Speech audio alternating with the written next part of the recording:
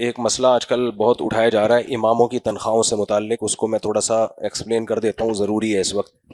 پنجاب حکومت نے فیصلہ کیا ہے کہ مساجد کے ائمہ کو کچھ وظائف دیے جائیں گے ہر مہینے۔ پہلے کے پی کے کی حکومت میں عمران خان کے دور میں یہ ہوا تھا، تو بہت سے ائمہ کو اب تک اس پہ گورنمنٹ کی طرف سے پیسے مل رہے ہیں۔ تو اس پہ بعض حلقوں میں یہ آواز اٹھائی جا رہی ہے کہ یہ حکومت جو ہے نا مساجد کے اماموں کو خرید رہی ہے، درباری اور سرکاری بنا رہی ہے، کل تو پھر یہ حق بیان ہی نہیں کر سکیں گے۔ جن کو یہ اشکال ہے وہ ان کی ذاتی رائے ہوگی، کسی کی رائے، ہر ایک کو رائے بیان کرنے کا حق ہے، لیکن یہاں چند اصولی باتیں میں ضرور آپ کے سامنے رکھوں گا۔ دیکھیں، جب بھی کوئی حکومت کی طرف سے کسی کو مراعات کا فیصلہ ہوتا ہے تو جن کو وہ مراعات دی جا رہی ہیں ان کی رائے کا اعتبار کیا جاتا ہے، اس میں کسی اور کی رائے کا اعتبار نہیں ہوگا۔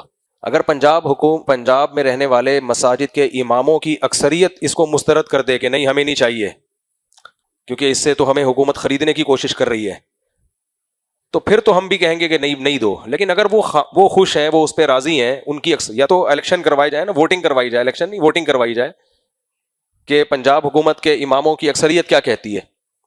تو اگر اکثریت کہتی ہے ہمیں نہیں چاہیے یہ، تو ٹھیک ہے بھائی، آپ اس پہ خوش ہیں تو بہت اچھی بات ہے۔ لیکن اگر وہ اکثریت خوش ہے اس فیصلے پر اور وہ مراعات لے رہی ہے، میرے اکاؤنٹ میں حکومت اگر فار ایگزامپل 25,000 ہر مہینے بھیجنا شروع کر دے اور محلے میں کوئی شخص کہے کہ یہ حکومت جو ہے مفتی صاحب کو 25,000 روپے ہر مہینے دے رہی ہے، دے نہیں رہی ہے، ایک مثال دے رہا ہوں، اور جتنے بھی یہاں نارتھ کراچی میں امام ہیں سب کے لیے حکومت نے 25,000 ان کے اکاؤنٹ میں ڈالنے شروع کر دیے، ہمیں یہ تجویز نامنظور ہے، تو میں بولوں گا بھائی مجھے یہ حق بنتا ہے کہ میں منظور کروں یا نامنظور کروں، آپ کیوں بول رہے ہو کہ نامنظور ہے؟